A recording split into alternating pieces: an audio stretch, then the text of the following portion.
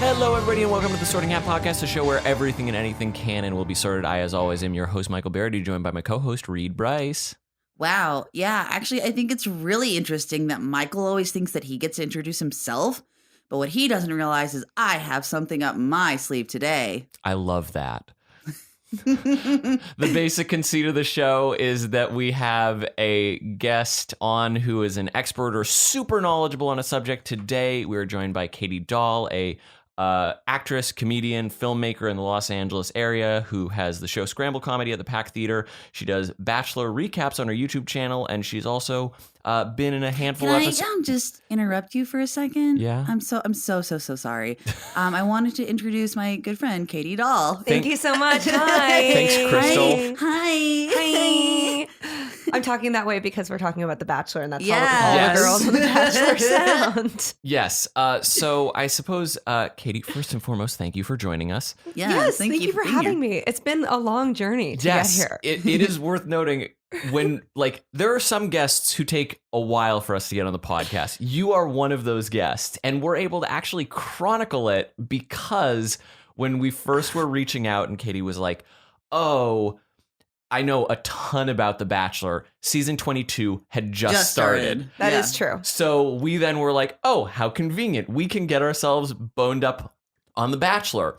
And Boned up? Yeah, that's a phrase. Sorry, I haven't heard that one before, but I'm okay with it. To be boned up. Look, I've got weird speakisms. I get that. Okay. Yeah, but In anyway, any case, 10 weeks then passed, which is the runtime of a season of The Bachelor. Yeah. Really? Yes. Oh where my we either had goodness. just somebody would book a gig, or in my case, my window gets Yeah, smashed your open. car got Yeah. broken into. Yeah, they got my roller skates. They took your roller skates? That was the most expensive thing in the car. Oh my God, I was so mad. Yeah, somebody broke into my car, went through all the effort of smashing a window. All they got was a pair of roller skates that would fit a man with size 5 feet. Oh my goodness. What a tragedy. But yeah, it took forever to get this to happen, but that's fine because I became addicted to watching The Bachelor. This was my first time watching The Bachelor Yes, ever. it was both of our first times watching, and Reed and I definitely were texting one another back and forth about this. So I am so happy to hear that. 'Cause Yeah. I wasn't on this text chain. I just kind of assumed that y'all had only watched the last few episodes, but the fact that you watched the entire season makes me very happy. Well, here's the thing: we like to commit whenever we can. And then also that show got our ass. It just got us. I don't. Also, it's worth noting, in case you weren't anticipating it, this is probably going to be covering spoilers for Yes. Yeah. all seasons of The Bachelor, yes, and we'll probably start with 22 because, God damn it, Arie, you stupid asshole. Stupid man. Yes. So we'll be covering The Bachelor, Bachelorette, and Bachelor in Paradise. Oh dear. Mhm. Not Bachelor Winter Games because they aired the Bachelor Winter Games at the same time as this season of The Bachelor, and I don't have that much time to watch that many hours of The Bachelor every week. So Yeah, it's worth noting that at least in its current run state, because apparently it's had different run states, a standard episode of The Bachelor is an hour and a half on Hulu, which is at least where I was It's like watching 2 it. hours. But yeah, I'm sure with commercial breaks, it's 2 hours long. And then in the case of the season finale, it was like, this is going to be a 3-hour season finale. And you're like, what are you doing? And then it turned out to be a 2-parter because fuck us and the time we have. Yeah. And also because don't we all want to watch a woman sobbing unedited for 30 minutes? Oh Yeah. yeah, that was weird. If you didn't watch The Bachelor this season for the finale, there's a really fucked up twist that happens. Okay, so maybe we should get into Yeah, that. Oh my God. It's also worth noting, I didn't even ask you this off mic, so I hope you have an answer for I this. have so many answers. What house are you in? Okay, so this is controversial because I have taken Ooh. the test more than once, which I don't know if you're allowed to do. You've done it, so it must be think- allowed. I think it's like if you feel like you need to take it again, you're probably in a place in your life where that's correct to do. Okay. Well, I took it once and I was a Gryffindor, and then I took it last night, and I think that this it was incorrect because all it did was ask me about a lot of animals and colors and foods, which I feel like it should have asked me more personality questions because I don't know what a horned toad But is. where did you wind up? The Hufflepuff house? I would say that you're like a dorky Gryffindor. I'd probably keep you at a Gryffindor. Right. So Well, that's fine. That's Yeah. fine. And maybe by the end of this, you'll come to love your Hufflepuff potential roots. potential. Right. But is it okay if I just say, you know what, maybe I am a Gryffindor? Because, you know. Sure. The hat always defers to you ultimately. Yeah. Yeah, So, okay, as far as sorting biases go, we have a Gryffindor, a Hufflepuff, and a Ravenclaw. Mhm. That's out of the way, so you understand where those biases are. Let's dive into our list of Sure. notable moments throughout the running of The Bachelor, the show that seems to be eating its own tail more and more. I mean, I don't know if I would agree with that description because I think that it's just continuing to grow and it's not going to stop. But yeah, our first thing we're going to do is the most recent one, you know, obviously with Arie. So originally when you guys contacted me for this podcast, we were going to sort episodes of this season. But then I realized that this entire season is just Slytherin because Arie is a snake. And he's a climber. He's ambitious about his own career and his own image. And he doesn't really care who he hurts on the way there. Well, Yeah, it's also kind of weird, and forgive me, I'm going to force you to like go farther back into the lore of The Bachelor. Oh, yes, I I can suppose. talk about when he was originally on the show. Is that what you mean? Because that was something that when I first started the show, it was like, wait, he's on The Bachelorette with Yeah. Emily. Oh, so Yes. yeah, if you could give us the Reader's Digest version of both his first experience and the second, because we should probably not assume that all the nerds who listen to this podcast have seen The Bachelor. That is true. Certainly That not. that might not be a Venn diagram that really exists. Or maybe Maybe it is. Which one of y'all's are in the Batch Nation, man? Bachelor Nation. Which I really hate that as far as like an endearing term for a set of fans go. Really? But I Bachelor guess, Nation just seems it seems like a very dated term. I guess. But I like that it's gender neutral, you know? Yeah. Instead of it assuming that it's all just women. Sure. And gay watching men. the show. Right. But yeah, okay. So to give you guys a Cliff's Notes version of Arie's history on the show, he was on Emily Maynard's season about 5 years ago. He was a race car driver, and he's Dutch. His dad actually was a much more successful race car driver. Ooh.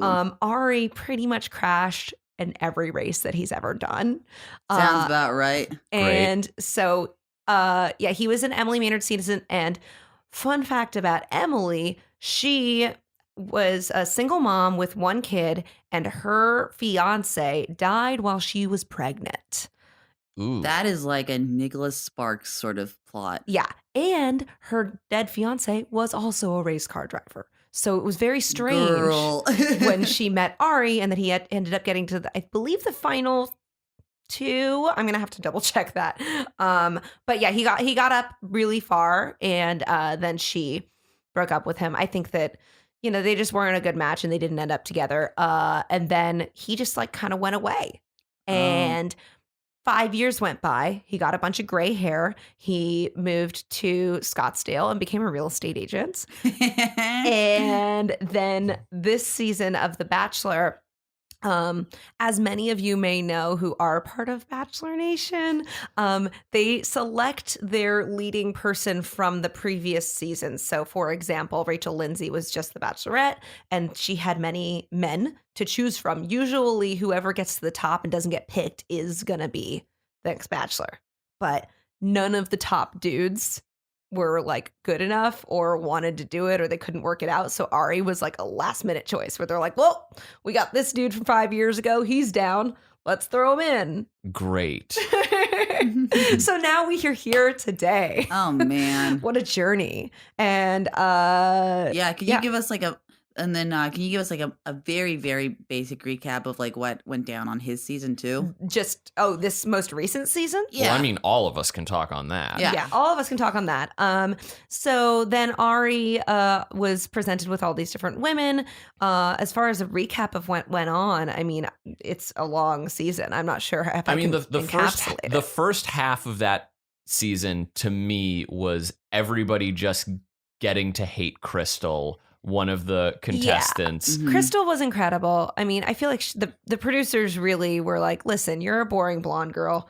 if you're the villain, you'll stay on longer. Will you do this? And she just did. And then it wasn't until she went away that you suddenly were like, oh, there are other people. Like, there were a handful of characters like Becca M and Kendall and Tia who were like, and Cien, who were like notable sort of standouts. Yeah. But then, like, honestly, the final two of Becca K and Lauren were very dull. Very dull. I mean, Becca K is fairly interesting. No. Like, she's more fun than Lauren, for sure. I mean, spoiler alert, Becca K is only interesting because she got dumped. If she had not been dumped, I don't think she would be the next Bachelorette right now. So, like, spoiler alert, yes.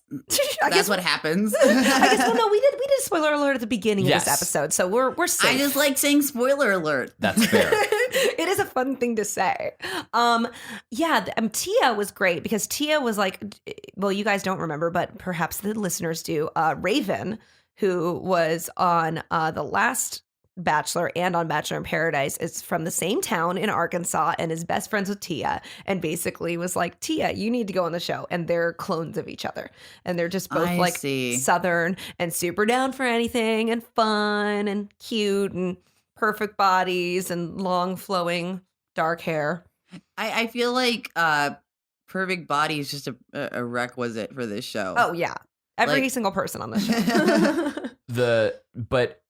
One of the things that also made watching this a little bit of a slog periodically was the fact that the titular character was as exciting as a salt lick. Just like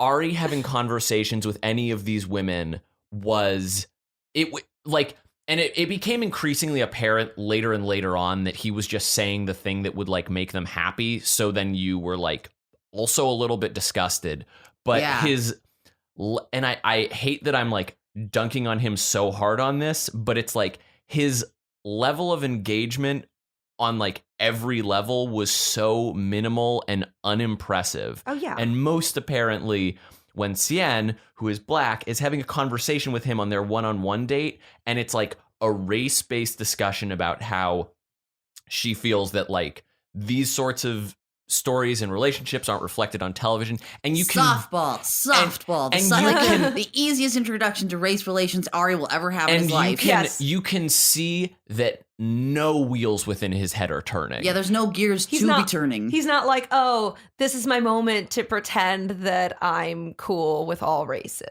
right? Yeah, I mean, like, well, I'm not going to say that he's racist. I'm not even going to suggest that he's. Yeah, exactly. It's just like like, I don't know if it's oblivious. He's got nothing going on. He doesn't have an opinion other than, wow, this is so beautiful. I know. He has very few adjectives. You're so beautiful. He's ruined the word amazing for me. Amazing is gone. He said, I love that a bunch. And that was actually in the finale episode before the After the Rose follow-up episode.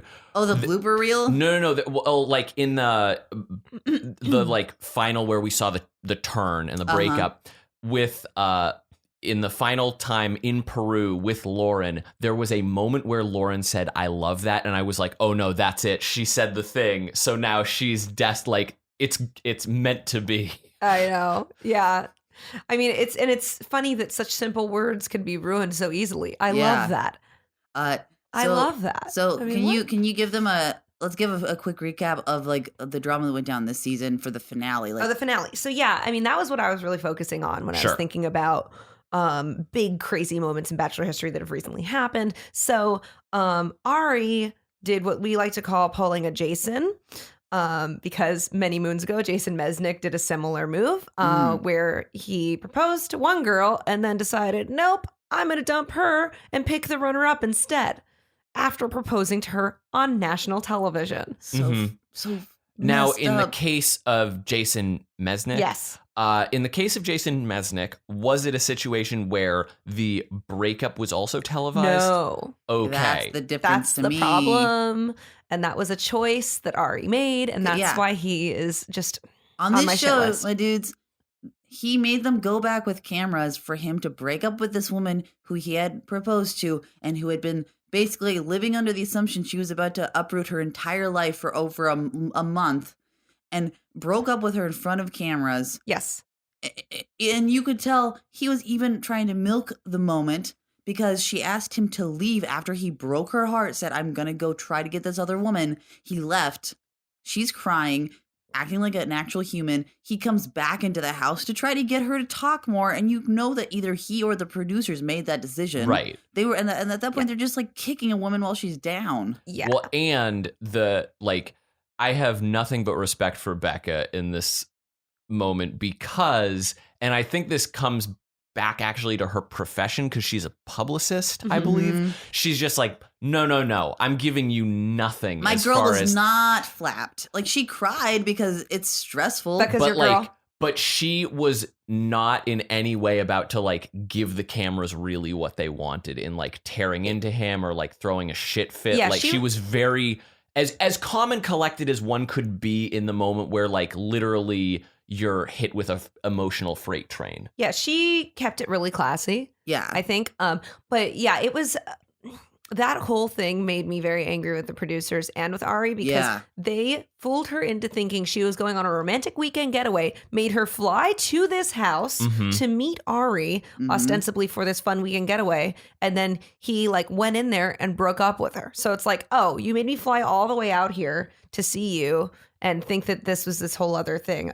You know, And and then that's I'm mean. glad, and then I forget who said it on the after the rose, but one of the women who came back to talk about how they felt was like, oh, by the way, Arie also didn't just break up with her and then go try to get back with Lauren like they show it. He actually called her, confirmed that she would take him And back, That's only true. then He was- and did only it. then broke up with her. And then he lied about it also. Let's get on this. Okay, so he was DMing Lauren on Instagram Right. on New Year's on New Eve. Year's, yeah. Okay. And Tia was with Lauren And when that happened. yes. And Oh, that was confirmed Tia. it. And, Yes. and let's just construct this timeline because Arie said like to Chris, he's like, oh, well, I made sure to get Becca's permission before calling Lauren. That is a lie. No, That is no, an no, outright honey. lie. You were DMing while she was asleep. And then eventually, once you realized that Lauren would take you back, then you were like, oh, by the way, I have feelings.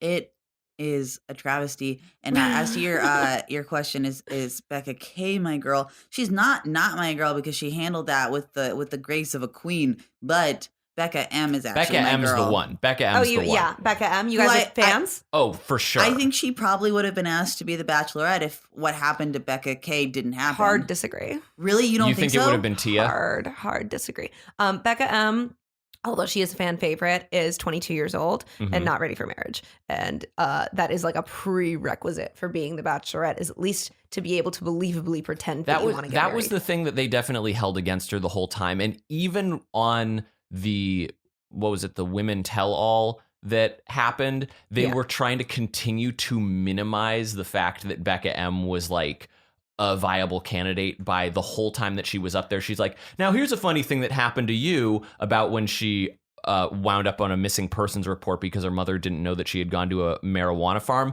And they spent most of the time talking I love her to so much. She'd her make me mom straight, I think. just to be like, ha ha ha, you're a child because we're talking to your mother. And I find that that's like, the producers were a little dismissive. If you know what you want and you are going about it with the right head, I feel that somebody at that age can be ready for marriage. Sure.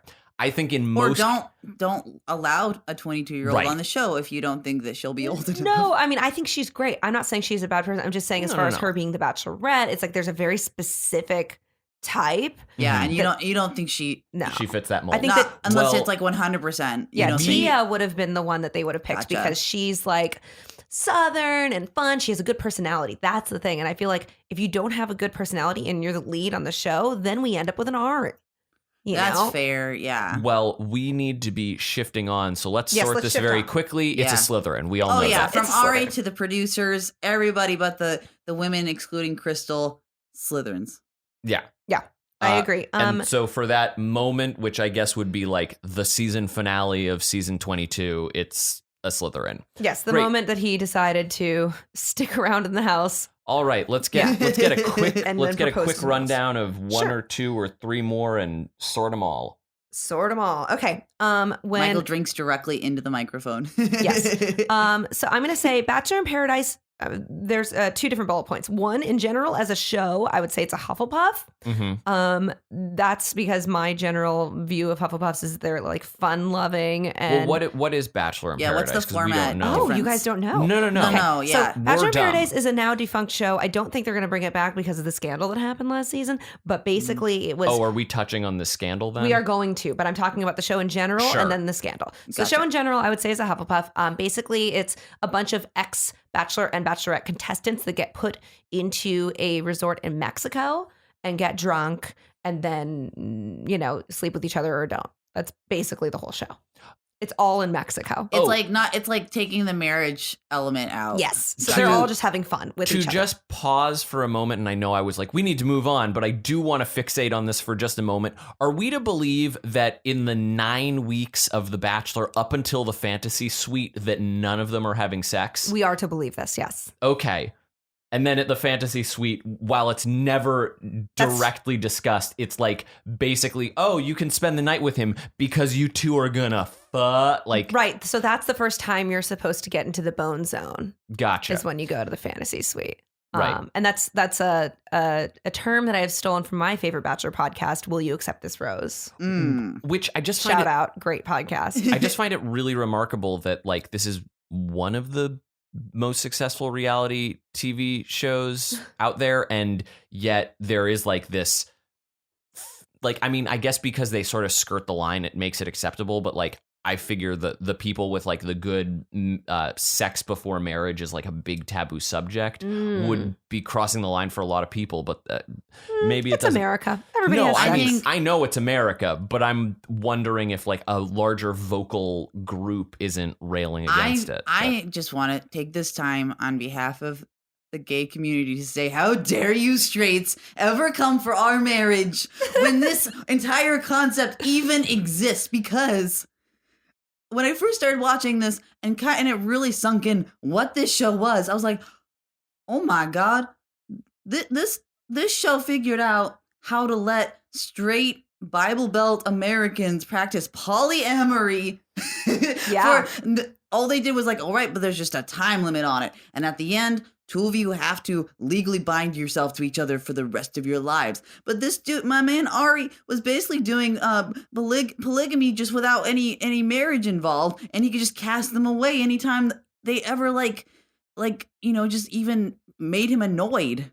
Yeah. It's the most bonkers thing. Yeah, and how is marriage a sacred thing in this country at all? That we could discriminate when this exists. Well, actually, yeah, I would agree with that. It's so and anytime bonkers. the meta was discussed by any women, he was like, "You're off the show. You can't discuss the show's format." Anyway, sorry, Bachelor no, in it's Paradise. okay. It's very hard. I know that we all have a lot of feelings about Arie, but I Yeah, got to bring off it my back to some other soapbox. moments. Yeah. Just in general. Whew.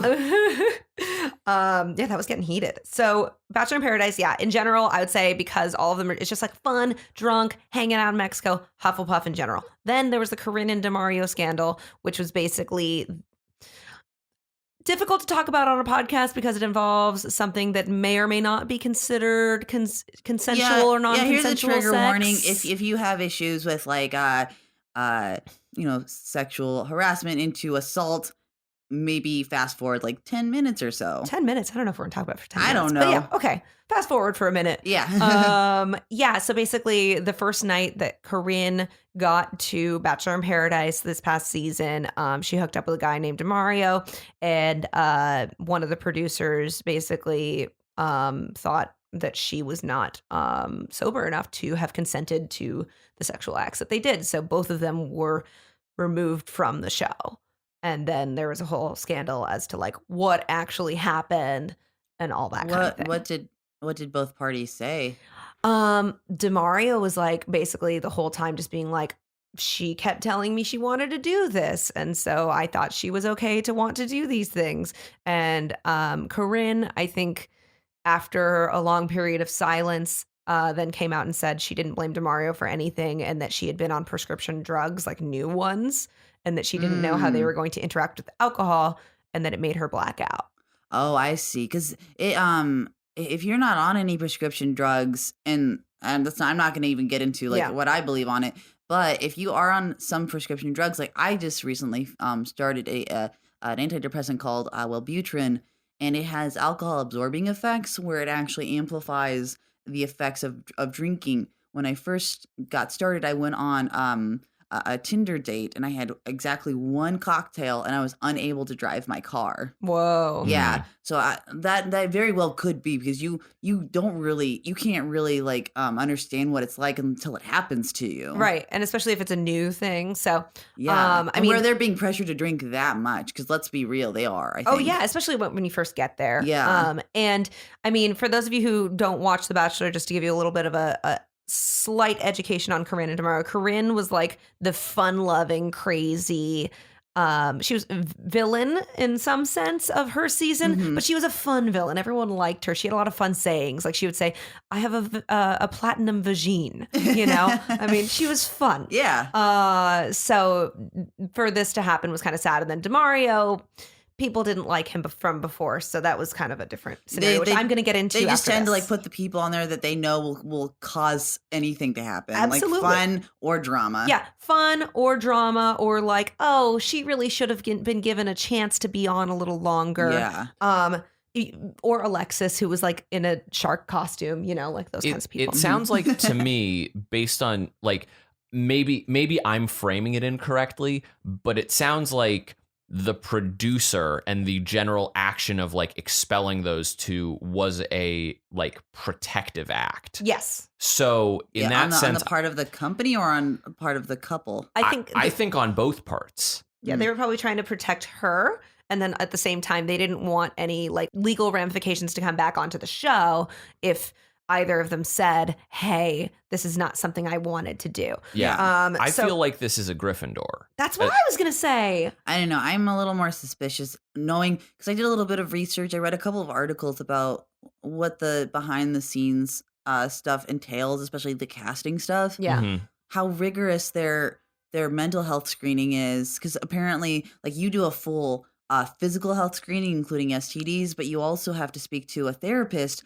before and during the run of the show. That's true. That's true. And I feel like it's very suspicious that they didn't know what her medications were, number one, because I feel like they make you unload anything about yourself, including any potential skeletons in the closet. Sure. So that the fact that this didn't happen and nobody was like, "Hey, Corinne, just so you know, I'm a therapist, I'm a doctor on set. You're on these things, maybe take it easy on the alcohol." The fact that nobody did that because they thought, well, maybe we'll get some good TV out of it. Well, I'm also, but you're taking her at her word that that's true, though. But also, 'cause she came up with that way after the fact. Even in the situation where there was some negligence on the part of other producers, at the point that some producer steps in and says, "This is a problem, we absolutely can't have you present based on all of this," like, I feel like that still is them going in and doing like serious damage control and looking both to protect the people and the integrity of the show. You're right. And I feel like usually that wouldn't happen in a reality TV show. Remember that episode of Cheaters where the host got stabbed? What? I don't watch any reality TV shows. Please tell us about this quickly and then we can move on. Of course. There is a TV show called Cheaters. It might still be on, at least in syndication.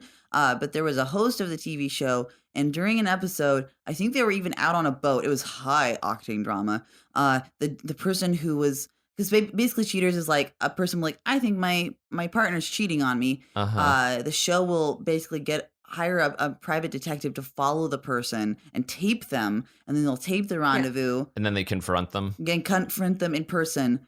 Apparently, during the confrontation skirmish, the host was in the way and got stabbed by the guy who got confronted, who was cheating.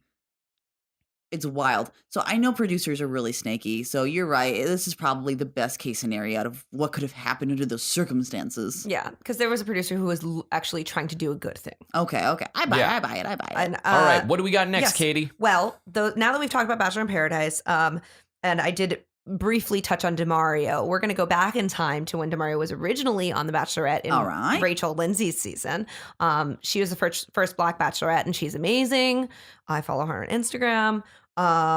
So DeMario, when he was on Rachel Lindsay's season, there was a basketball group date, and while they were all playing basketball, his ex-girlfriend showed up.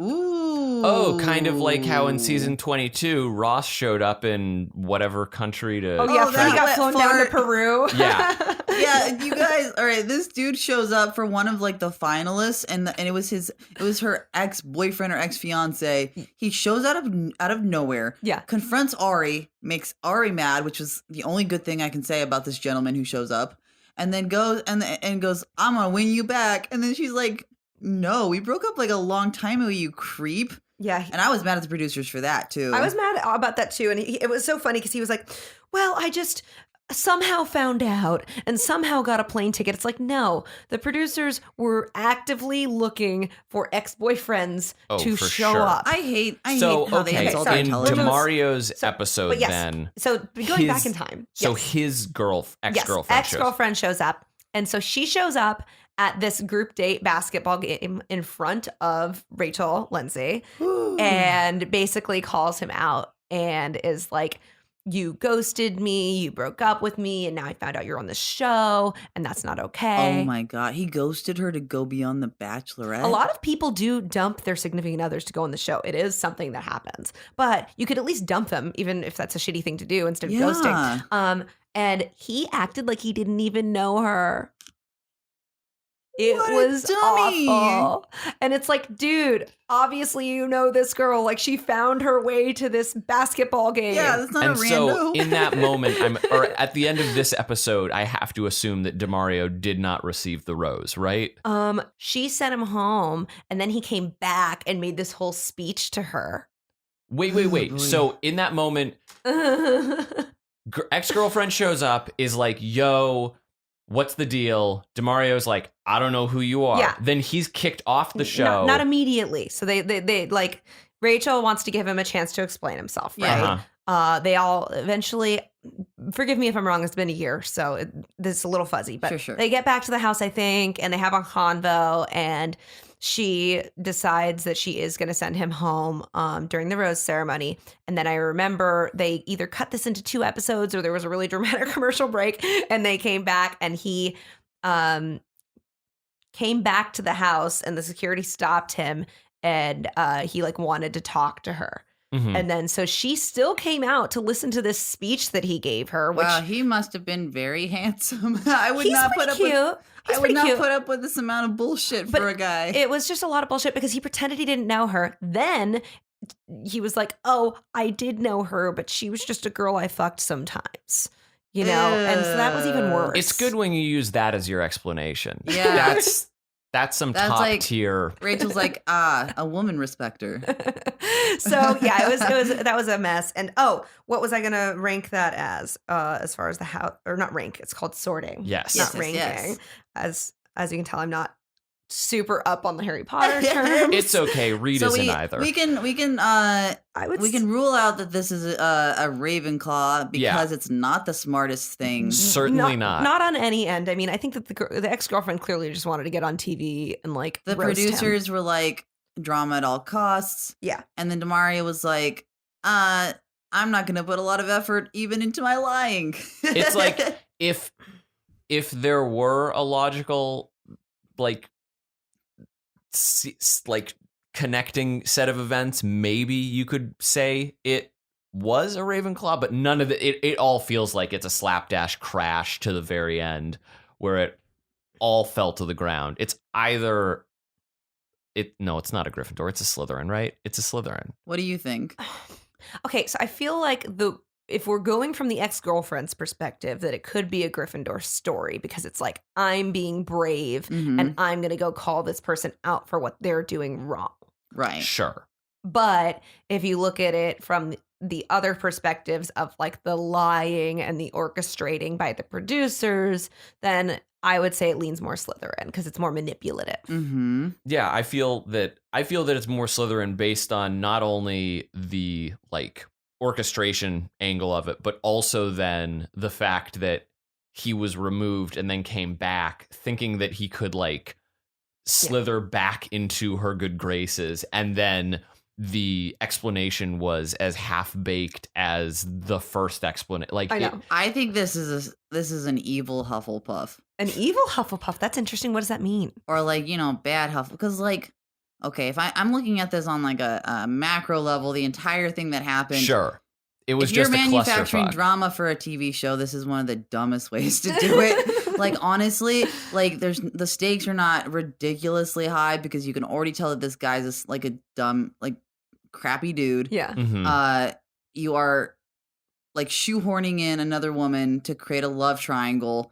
Having her show up at the 11th hour essentially, and this is a romantic sort of a plot device that was used in The Graduate, which came out like over 40 years ago. Well, it's also weird that Well, she wasn't going there to get him back. She was just to confront going there him. to She call was just him going out. there to confront him. Very different than the ex that came on this season who Yeah. actually wanted to be with the person. I see. Well, what's also interesting in both cases, though, is it's the exes who have been spurned, which causes no drama for the other person on the Sure. receiving end. If it were a flip and either of these people had been broken up with, like if DeMario or Becca K had been broken up with Ross or ex-girlfriend, and then those characters and then those people showed up and were like, I want you back, that would be like an actual moment of tension for them because they're like, oh fuck, I had 5 great years with you and then like you broke up with me, so I'm hurt.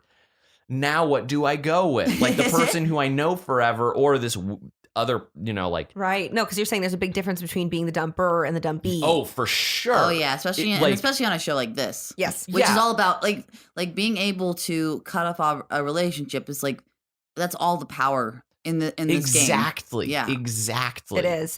And so whoever has the roses has the power. And then this is just a side note. I just thought about this.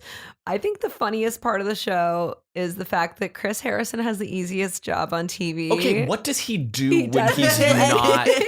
Like, where did he just like show up with The Bachelor, or does he have like a history having done anything else? He actually hosts. I think he hosts a few other game shows now. He's been hosting Who Wants to Be a Millionaire. Oh, okay. Yeah, man. He's in that universe of like your Ryan Seacrest, your who's the dude from America's Funny Some Videos, Rod Bergeron, where like if you're over 50, man, those are your A-listers. You're watching them with your Say Jackson, your Trebeks every day. It's just so crazy because like, especially the first, like watching season 22, I was like, okay, so this guy's the host, but he's not in most of the episodes except to be like, how are you feeling about this, Arie? And Arie's like, I feel conflicted. And then he's like, all right, bye. And the other time he comes out is to tell us useless information such as, ladies, this is the final rose for tonight. Right. Like as if we didn't know. Right. He's there for that. And then the last third or fourth of the season, he's there like the whole time because it's like these live event of like tell all or whatever. That's when he really gets to shine. Yeah. But it's so weird from like a formulative standpoint that they were like, this is going to be our format where we don't use the host for the first like 2/3 of our show, and then he just is the guy who's like, take a look at these clips. Well, you have to remember around the time that because he's been with the show the whole run, The right? whole freaking time. Reality television was a completely different Sure. beast before The Bachelor. He probably had no idea what this show is going to be. And the format of The Bachelor itself has changed over time. I think that he may have been more prominent in earlier I'm seasons sure. when there was more explanation required. But now all the fans already know the show. There's not much for him to say. So he just gets to fly all over the world and like work probably a few hours a day. And the rest of the time, I mean, I would like to know what Chris Harrison does with his free time in all Right? these exotic Yeah. locations. I didn't look at his credits, but at this point, he has to be part of like the producing team. Oh, right? yeah. Oh, yes. Yes, it's probably mostly that stuff. Okay. Yeah. But I feel like in my head, it's just more fun to imagine that he has like a secret double life and like Oh another yeah, job and that half he of it's does. probably in the tanning booth. I mean, it is a pretty wild thing when you take into consideration that if you're a finalist on The Bachelor or Bachelorette and every season runs like season 22, it's a 10-week run in real time. Mhm. So you are giving up a fifth of your year to be on this show. That is craziness to me. Well, no, he's gone all the time. Though. No. He But does. I'm saying if you're like A contestant. if you're a contestant, Yeah, you give a few months of you your give life. up Yeah. a few months, which like I'm just trying to figure out the logistics on that of like, hi, I'm going to leave my job as like pick your profession, hope that's cool, and then you get to like walk back and try to resume a life of that. That's why a lot of them don't have real jobs. Let me put on my my class consciousness cap real quick, everybody. I would imagine the reason why you today go, why does it seem like the same person is on every season of every reality show? I think it's because these are people who, let's face it, came from the luckier side of the middle class pool, and they are the kind of people who know that they can quit their jobs, they can break up with their boyfriends and partners, and they'll have a safety net waiting for them. Yeah, either way. that's a very, very valid point. I don't think, because usually if somebody's poor on the show, that becomes their entire plot arc that they don't have anything to go back to. That is true. Yeah. I mean, it's just mind blowing to me that like that's even a possibility for people. Oh yeah, for sure. Like, You know, can I just say something lined with very jealousy. I'm going to say something that is slightly embarrassing, but I'm going to own it. Sure. Before I met my boyfriend, I was this close to applying to be on The Bachelor. I think you would be so great on it Thank too, you so because you much. would know exactly how to play the game. I imagine most of the people who go on the show are like you who've been watching it for so long that they know how to play the game. You would hope. Yeah. I mean, I don't know. I feel like maybe I know too much, and that's why they wouldn't cast me. I see. You would probably have to occlude some things, and hopefully don't find. I'd have to your like YouTube hide channel. all of my Bachelor recaps and like just pretend like, oh no, I just watched one season. It's fine, you know. So I just can't imagine that I was any of this the women close, who though. go on. I mean, you still I never saw you before. still can, and you can be that one. You can coordinate with your boyfriend to be like, show up yeah. later and like Ooh. have the whole thing planned. So you're saying that like Danny and I could just plan? Yes. Like we could pretend to break up. Oh my god! Mhm. Has there ever been a storyline where the person like knowingly later in the season went, "I never planned to ever marry Arie, but I'm gonna just keep playing this game as long as I can to get that money." I don't know if there is any monetary. Everybody always just compensation. pretends. You're getting to travel around the world. Yeah. Like if you make it to like however many seasons or But however many episodes. You could go like completely Bonnie and Clyde on it, and there could be like the producers like catch you in air quotes like on the phone, like being like, he hasn't suspected a thing. That would be such a fun villain. It would be really fun, but the problem is that like I feel like part of the reason the show is successful is that we're all buying into the idea that these people actually want to be with the other person. It's like the most strenuous suspension of disbelief possible. Well, and it apparently would be very difficult because you're like prevented from so many means of communication. You are. while You're not on allowed to the have show. phone or computer or anything. But I have anyway, one last yes. moment, and then Ooh. we can move on to a different topic or whatever you guys want to do. Yeah. Okay, so the last thing I was going to say about Rachel Lindsay's season, which honestly, if y'all ever want to binge something when you're sick, her season of The Bachelorette was fire. Ooh, excited. Not just because she was the first Black Bachelorette, but her personality is actually really great. You know, Yeah, she's that's really what fun. that's what I was hearing. I heard like a lot of my friends who had never watched the show before, all got on board on the Rachel Lindsay Yes. season, and it was that when I actually got asked by another gig to watch the first couple of episodes of this season. That's why I got so interested, because I watched this one and as easily as I did, took that gig because I heard the Rachel Lindsay season was really good. Yeah, it was. I was very disappointed by this season. Yes. But this Rachel Lindsay season yes. has another moment. It has a moment. And so at Oh. the end, basically, this is the reason that we ended up with Arie. Gotcha. I think. Mhm. So basically, she had a choice at the end where she was going to pick between Brian or Peter. Brian is a chiropractor from Miami who is way too close to his mom and also may or may not have cheek implants. He's like very plastic looking. Oh my goodness. But he must have a great personality then, right? No. Okay. No, he's like really, I don't understand. And then Peter is a personal trainer, I believe from the Pacific Northwest, and is a total babe.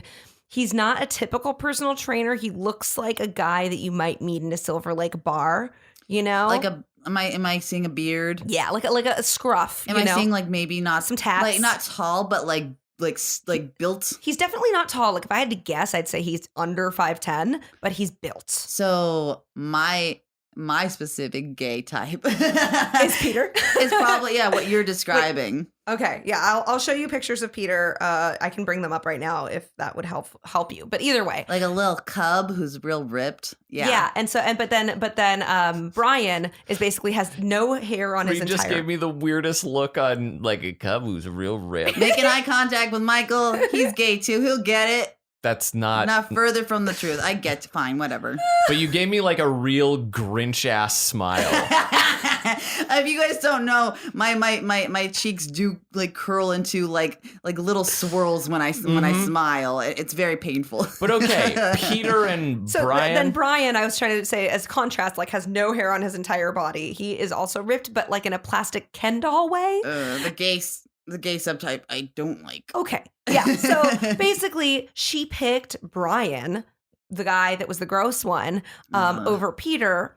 And the only reason being was that Brian was very safe and kept saying, like falling over himself to, compliment her all the time and say how much he wanted to marry her versus Peter, who was being more real with her, where he was like, I've been on the show for, 6 weeks and I don't know yet, but I want to be your boyfriend and I want to work this out and I want us to be together. Oh my God. Like the one healthy option probably on the show. Yeah. So then she broke up with him and picked Brian. And I felt like all of Bachelor Nation, we were all very upset. And after that moment, we wanted Peter to be the Bachelor, but he didn't want to do it. And that's why we ended up with Arie. I see. Anyway, so. Good for you, Peter. Yeah. I mean, he's busy. He's like an Instagram famous personal trainer now. He's doing great. No, this show's great for you if you're like, I just need to get the word out that just I'm seems working. A little crazy to me though, that he like as a contestant you'd like show up on the show and not take into consideration like exactly what the show is, of like the end of the finish line for the show is that you have to propose to this person is a proposal. Yeah. Like, but I suppose, that's reason number one as to why I would not be a contestant on the show, because like you actually take marriage it seriously. See, so do I. However, this is a game. This is not real life. Right. If I was on the show, I'd be like, yes, I want to marry this person. You would like, because what happens is they get engaged, they stay engaged for a year or two, and then they break up. It's not a real engagement, in my opinion. It's kind of. Have there been many like lasting marriages? There have been marriages and children. Yes. Okay. Actually, Jason Mesnick, the one who like did the switcheroo. Yeah. He's married with kids now to that woman. Oh, okay. Well, so it works out eventually, I guess. It sometimes works out.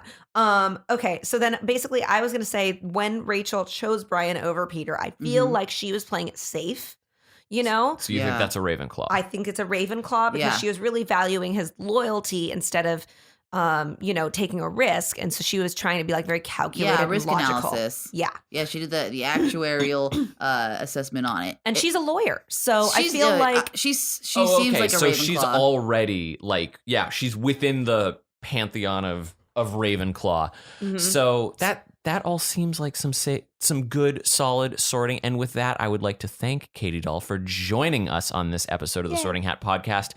If we want to be finding more from you about the internet, where might we what are look? your socials? my socials are at Katy Dolle on all the things. It's like a doll with an E at the end of it. KATYDOLLE. The E's silent. Don't let it trip you up. And I'm on the YouTubes. I make Bachelor recaps, and I also do a lot of sketches and stuff. So. Yeah, and if you are a stand-up fan, I really do recommend the Scramble over at Pack Theater. It's Thank you so much. It's Sundays at noon, right? Yes. So we do 2 Sundays a month at the Pack Theater. It is a comedy variety brunch show. We have live music, improv, sketch, stand-up. It's very fun if you want to roll through. I host it with my best friend and roommate, Erica Curry. Yeah, and they're always like, you're always booking people. I'm like, whoa, you got them to come out at noon. Like in LA, if you can get someone to go anywhere by noon on a Sunday, you're a miracle It's worker. an accomplishment. Yeah. We've been going for 2.5 years, so I guess we're doing something, right? Fabulous. But thank you for having me. This was really fun. And no, thank you. I was worried because I'm not I don't know a lot about Harry Potter, but it seems like you know, I was able to neither make it do through. I, honey. If you want to be following and getting more from Reed, you can follow them at That Dang Dingus. You can follow me at Belated Media on Twitter. Why are you speaking for me? Wow. I'm just saying I'm real, and I do not like it when you speak for me. That just became like the tonal shift in the room became very uncomfortable for me, and I wasn't anticipating this. Oh, suddenly now you don't want to speak? Suddenly you don't want to speak? I feel like I should leave. I think maybe you should. I feel like I should leave. Katie, you want him to leave, don't you? I'm going. Yes. I'm going to leave. Okay, leave. I think I'm going to leave. But if you feel like if you could say something that would validate my position in this moment, that would be great, because I am obviously a sociopath. There's nothing left to say. No. Okay, would you give me a hug? What? Wait. No. No. Oh, okay. I'm gonna leave. Okay. Okay. Bye. I'm No, you leaving. have to leave. Okay, yeah, Wait, yeah. No, are you I'm, pulling an Arie? What? You're No, staying that's in the crazy. room. Ladies and After we told gentlemen, you we are leave. not going to edit this podcast. Bye, everybody. Bye.